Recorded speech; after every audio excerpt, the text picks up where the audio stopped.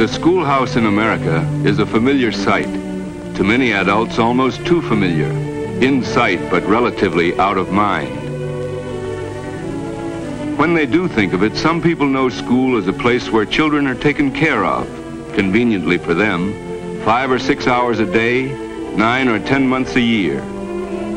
Others think of it as a filling station for cramming youthful heads with facts and figures. Still others see school through the rosy glass of childhood memories. Then there are those who know it as a place where the why and how of democracy is learned.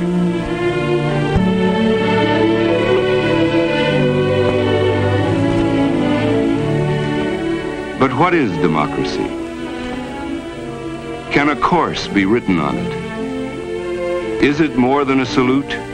More than a pledge? Greater than patriotism? What is this thing we call democracy? Do the buildings of the national capital give the answer? National structures exist in other nations, but democracy is not architecture. Democracy lives in the lives of our people. People like Senator Jeffrey Ames. Educated as a lawyer, he is now both representative and leader of the people of his state. On this particular Wednesday, he studies, weighs, compares, matches pros and cons on a matter of increased aid to a foreign country.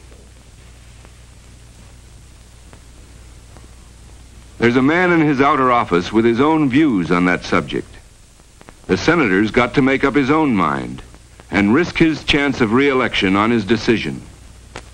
Making decisions is a privilege of democracy.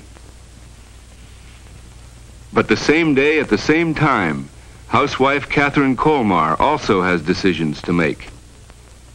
In her living room in Portsmouth, New Hampshire, with her neighbors, she uses the democratic process. A chain broke on a swing in a public playground. Relatively unimportant, not like foreign aid, but a child might have been hurt. New equipment is needed. Money will have to be found for that. Mrs. Colmar finds money every day for home, children, husband's needs. Mother, wife, neighbor, she'll face a bigger problem before this Wednesday is over. And what of John Lawton, California manufacturer? 23 years ago, he was a truck driver for this electrical coil plant. Today, he's president and owner. He has not forgotten his old friends in the plant. He finds time to remember. He worked hard for his success and got responsibility. Now his business is making decisions. He leaves the truck driving and the coil making to others. Even so, he's got his hands full. He can say no to this salesman and stop an assembly line in Detroit. He's going to face a bigger problem today, have a more important decision to make, but he doesn't know it yet.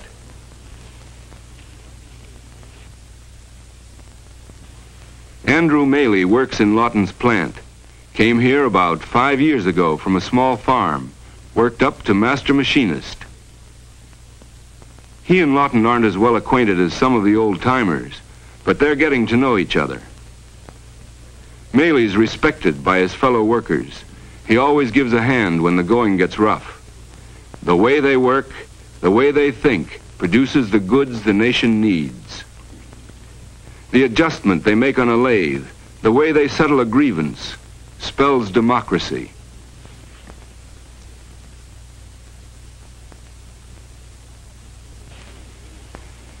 And Andrew Maley is also important to his family. Not just the paycheck he brings home or his love. No, his family affects the way he thinks, the way he makes decisions.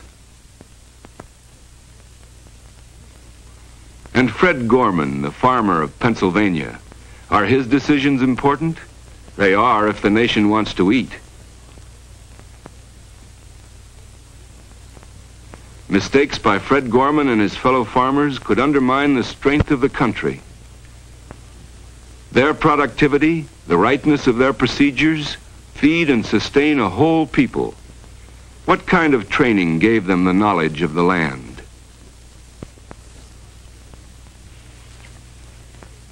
The seed in the back of Fred Gorman's truck can be cheap or expensive, good or poor. The decision is his. He can improve his herds for the future or make a quick profit now. He was trained to make up his mind about such things. He was trained to take his place as part of a living democracy. And his wife was brought up under the same system. She'll have a chance to apply her training before this day is over. There's a problem waiting for Fred Gorman. It came in the mail this morning. Fred's neighbors plan to build a system of reinforced drainage ditches emptying into a pond.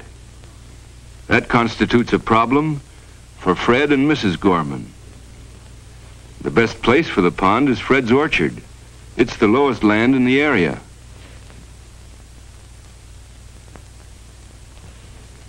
The neighbors are asking Fred to come in on the project. He'll get better drainage too. But it also means that he'll have to give up his trees.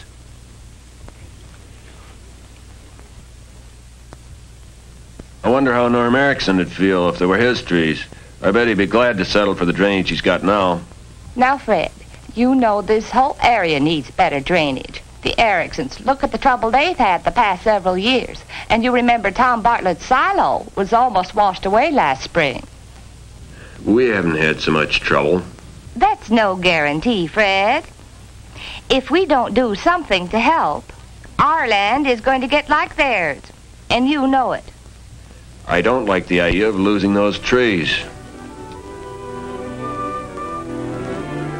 There's the problem in a nutshell.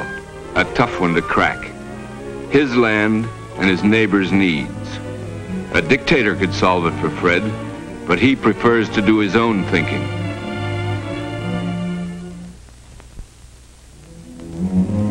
Andrew Maley is tackling a hard problem this afternoon. He's come to John Lawton's office to present his fellow workers' views on a pension plan. John Lawton has his own opinions on that subject.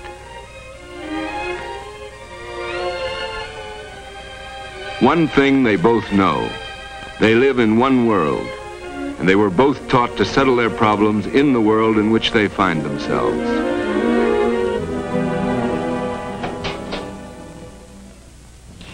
Hello, Bailey. Sit down. Hiya, Mr. Lawton. What's this trouble you want to see me about? I don't know as I'd call it trouble exactly, Mr. Lawton. I'd like to show you the new pension plan that we've got. I thought we had discussed the pension plan previously. We've discussed it over and over again, but now here is one item I'd like you to take a look at, right here. Certainly Lawton fights back, but he knows that there are two sides to an argument. And Maley argues to support the responsibility that the men have placed on him. Not yet friends, they may never like each other, but they'll sweat it out together. The problem is mutual, much is involved. The democratic way is involved, and both men were taught to seek objectivity. Catherine Colmar is trying to be objective as she examines a new home. To buy or to continue to rent, that is the question. As she checks with the agent, she gathers all the facts and figures for this evening's discussion with her husband.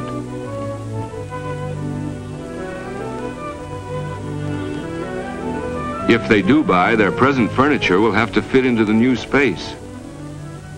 And do you know the dimensions of the living room? This room is a 15 by 10 room. Well, these figures sound pretty good.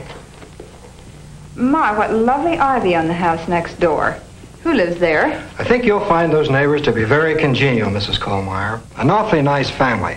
As a matter of fact, he's the assistant chief at the local county court. A very bright fellow. And his wife is charming, too. They have a son, I believe, of the same age as your eldest. Well, how nice. What's their name? As a matter of fact, they have a daughter, too. Oh? What's their name? Goldstein. Martin Goldstein. I wonder, do you mind if I go out and look at the yard again? I'd like to check the space out there. The agent certainly stalled on that question. She knows religion isn't a question, not in any decent society. How will her husband feel? Is this a pertinent fact to add to all the others in her notebook? What does she herself really think? Is this an opportunity to find out? Facing Mrs. Goldstein and her son across that narrow strip of lawn, does she see before her a bridge or a gulf? Neighbors or strangers? It may be that she sees no problem at all. Maybe she's only wondering where the agent went to school. And Senator Ames, what does the Democratic way mean to him? There's that problem waiting for him in his outer office. He has worked hard for understanding. To serve the people of his... He has become something of an expert in foreign economics, forestry, agriculture. Now he faces a constituent who has his own ideas on those subjects. The senator must really hear him and understand him. Well, I heard your speech from the floor of the Senate the other day. Senator, I just can't see it. Why should we American taxpayers have to pay for some broken-down, badly run economy halfway around the world just because its house isn't in order and ours is? It's bad business. And I can't see it, and a lot of other voters at home can't see it either. Let's put it this way, Mr. Baker. How would you feel if you had most of the money of our town? If your neighbors were having a rough time of it, with nothing to sell and no purchasing power? Now, if you sat by and did nothing about them, how would your business be affected? Well, it'd be hard, of course. But that wouldn't be my... It would be hard, and it would be your business. Now, the same thing applies if you put this country in place of yourself in the same situation. It's not only his own opinion the senator advances. There are many in his state who think as he does, others who do not. Which opinion will prevail? Educated himself, he must educate others. He must assume the mantle of leadership, yet know all the time that the opinion of the majority determines a democratic outcome. He must help mold that opinion. Problems every day, and the way they are solved determines the way the country functions.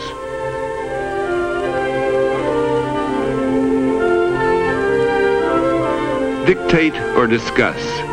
The answer is clear. In this country, it is still possible to speak frankly on any given subject.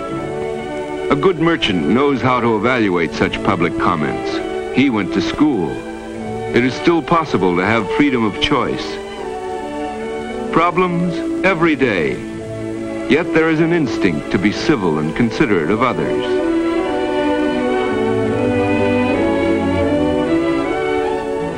Differences of opinion? Surely. Yet differing goals can be reached without lies or bribery or violence. Developed within each citizen is the democratic spirit, the democratic method, the tools with which answers may be found. Those tools are sharpened in the schools of America. Their proper uses are made clear.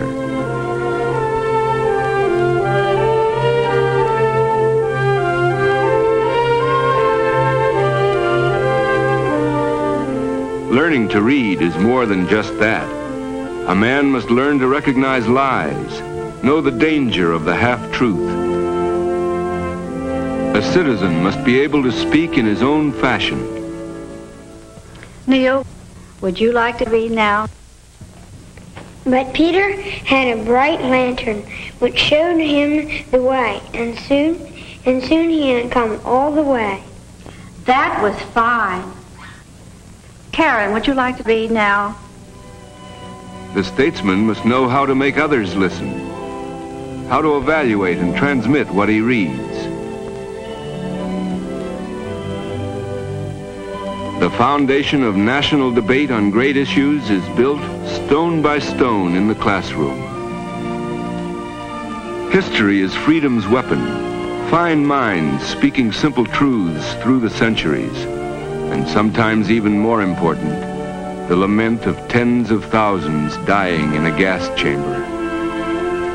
The course of history and the way in which the course was changed, there is a relation between then and now. Perhaps there's a connection between what the men of the Constitutional Convention achieved here and what all of you did last week when you elected George to represent you on the school council. How about it, George? Did the class give you the power to be their boss, or did they appoint you to speak for them? George isn't our boss. We tell him what to do. We're still the boss, all of us. The housewife taught in this class will know that free citizens must be free from fear. The injustice of the past can kindle the indignation of today. Strange words sound strange until the language is learned, and the ways of the people who speak it must be learned too. Understanding brings respect and liking, a sense of sharing.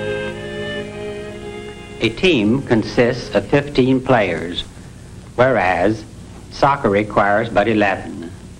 Now I imagine a lot of you are still thinking about the big game last weekend. Henry, let's hear you tell us about it in French. Well, samedi dernier, nous, notre école, tous les étudiants de notre école nous jouions football. Football. Well, how do you say football in French? You're right, Henry. It's almost exactly the same in France as it is here, although they play the game a bit differently. Some say it's a bit rougher. Well, how did the game come out? Faith in the United Nations starts in school. The tolerance of different ways within one world is taught. One world, within one factory, men may speak different languages, or the same words may mean various things to different men. The finding of a common ground begins in school. The tools for living are further tempered in chemistry lab. Of course, learning how a basic oxide unites with an acid helps future chemists. Here, too, are future homemakers and lawyers, yes, and farmers and realtors, industrialists and craftsmen and senators. They are learning to check and approve, to balance and evaluate. None are born with those skills. They all have to be taught them. Here a boy may learn how to drain an orchard, or put his arithmetic to work on a neighborhood problem. Fred Gorman was taught the way to find the answer to his problem in school. He will not forget today. Mrs. Colmar was once an American schoolgirl. She will weigh all the factors on the house. John Lawton and Andrew Maley may not come to a meeting of minds, but they know how to effect a working compromise democratically. The method is the important thing. Senator Ames will do his level best to lead, and his constituent still has an unmarked ballot in his pocket. How will today's children function in a dangerous world? What means will they use to carve the future? Will they be equipped to find the answers to tomorrow's problems? Will they be able to buy a house or run a farm? Are the people who tolerate such schools as these really concerned about democracy's future? Can schools like these be trusted to clarify the minds of democracy's children?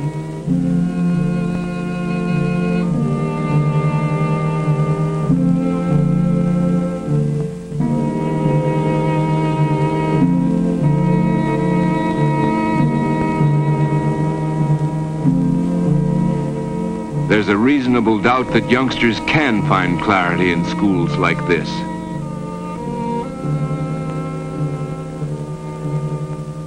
A teacher can't hammer out America's future with nothing but his bare hands.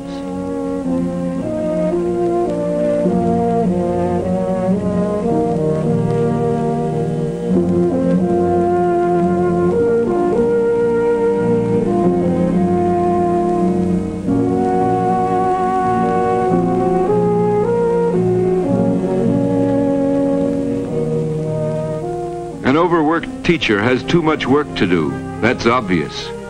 And an underpaid teacher may eventually lose her eagerness, her courage, her self-esteem. Or is America too busy to care? Are the needs greater than the most resourceful nation in the world can meet?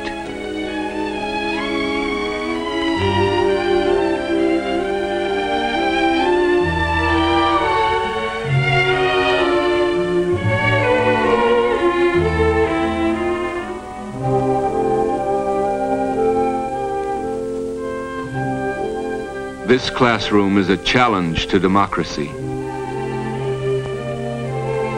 This teacher cannot be asked to meet that challenge alone.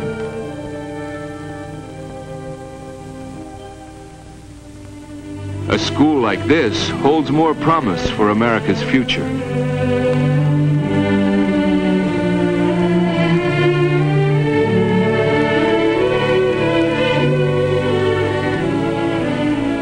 Alert parents see to it that the school provides a chance for the youngsters to fulfill their potentialities.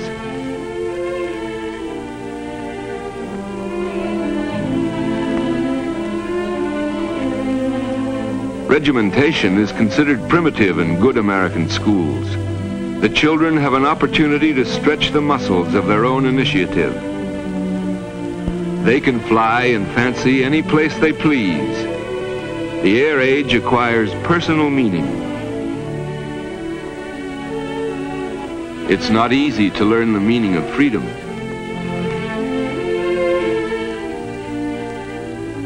The youngsters are learning responsibility, gaining that all too necessary innate sense of right and wrong. In this nation, that's the right, according to the law, of every child.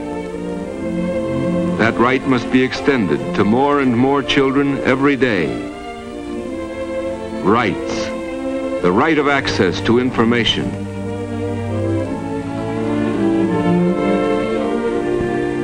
The right to think and to speak without fear.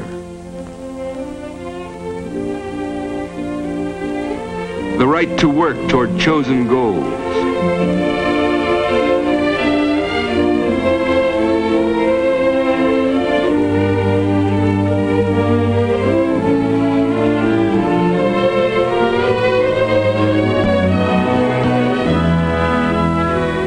School children, yes.